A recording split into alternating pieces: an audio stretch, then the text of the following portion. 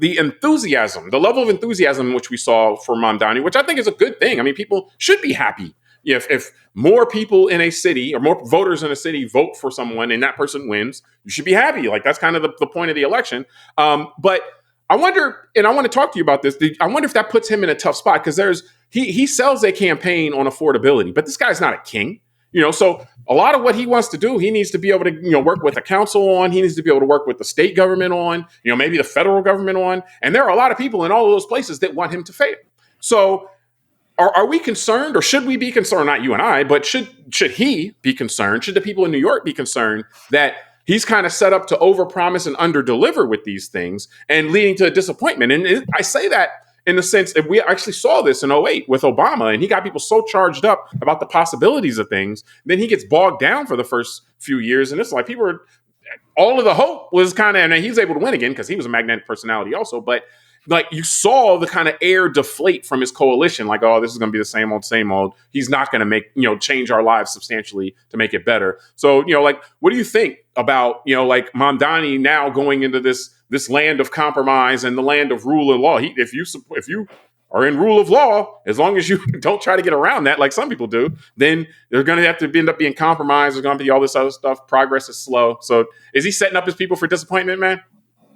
I don't think he personally is. I think he probably, whatever he got in his head, he wants to go do. I think you're right, though. The system of checks and balances and the fact that we are a representative government, democracy, republic, whatever you want to call it. But the fact that what you said is correct. He's not a king. He's not a dictator. He's not president of the United States. He's not in a level of power that he can, I don't think we should taxes by himself. I'm not willing to put president of the United States with king and dictator yet, man. I'm still hoping that we haven't gone there yet. But go ahead. I'm sorry.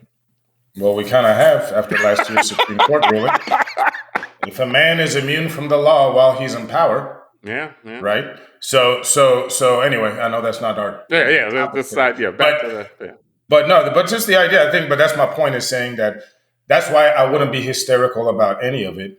But I do think that, yes, there's going to be people disappointed because they think that he's going to come in and break the oligarchy of New York City, which ain't going to happen, and that all the hedge fund billionaires are going to move out and leave, and that everybody's going to be some utopia for people that think that would be a utopia.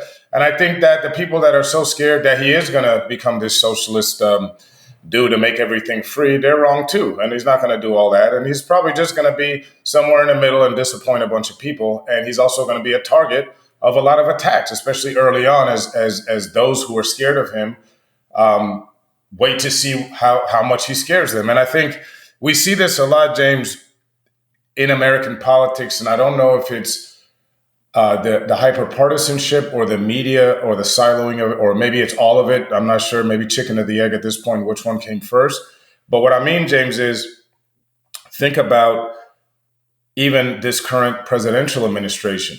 There's a lot of Americans that have this fantastical belief that by this administration coming into power, it would usher in whatever they think the past of America was. Maybe some are extremists thinking that it's, segregation and kind of the laws changed to support white supremacy. That's not going to happen, right? So, or even you've pointed out to me though. Remember, like people thought that there was inflation was magically going to go away, and prices were just going to come down. That's not going to happen, right? Or that the swamp would be drained, or that we'd find the Epstein files, right? Or when it was Obama, that somehow we'd have a new FDR and a New Deal, and the 99 percenters and Occupy Wall Street would actually benefit from having a Democrat that's progressive. None of that happened because why? Because the real power is in the money, at the top. And until we deal with that, like it was dealt during the first Gilded Age, and the famous guys we like to talk about in both Teddy Roosevelt and then Franklin Roosevelt, and really, like you said at the beginning, having a system that puts the guardrails on capitalism when those guardrails have been taken off over several decades recently, and capitalism has gone a little bit amok, right? And has caused some imbalances where last week, Friday, I'm seeing headlines that we're going into a weekend that potentially 40 million Americans may lose food assistance. At the same time, I'm looking at headlines that one human being just negotiated the world's first $1 trillion pay package. I'm not here to criticize any of it. I'm just saying it's an observation that this is where we're at as a society, Yeah. and these are choices we're going to make as voters.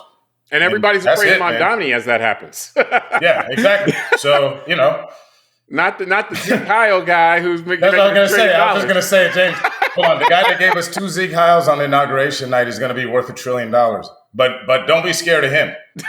So, Just I mean, be and afraid that's of the my guy point. that's going to give people free bus rides. That's the Yeah, and so- be afraid of the socialist who's going to give people free bus rides. Yeah, Exactly. yeah, So, yeah, and until we don't change that dynamic of who is our boogeyman, I don't see how we can expect anything different. And people got to stop complaining and just then accept it that this has is to where get we're at. worse. Basically, it has to keep getting worse. And I mean, obviously, that's the risk. As things get worse and the wealth class gets more entrenched, then they'll start being more extreme in terms of their what they do in order to keep power. Troops might be involved in all this other stuff because people will But get they already angrier are and angrier, and then potentially start electing more Mamdanis. To say, hey, this thing is out of balance. It's out of whack in terms of how the capitalist system works. And like you and I both. I mean, I know like are not down on capitalism, but I think if you understand the way historically it's proven to work, capitalism will eat markets. Capitalism will eat a lot of things if it's allowed to run amok. It has to be constrained to some degree. It's a great fuel. It's a great engine.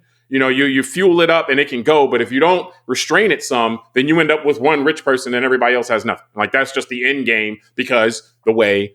As you win, you buy up competitors and all that kind of stuff. Yeah, this is why we have antitrust. Because it's actually the game of Monopoly, like for real. Yeah, it works like that. If you don't have the guardrails and things like that in place, things we've already learned in society in the 20s, 30s, 40s, but we're conveniently forgotten and taken apart, starting with the 80s. And so we end up back in the same kind of spot. What's interesting, man?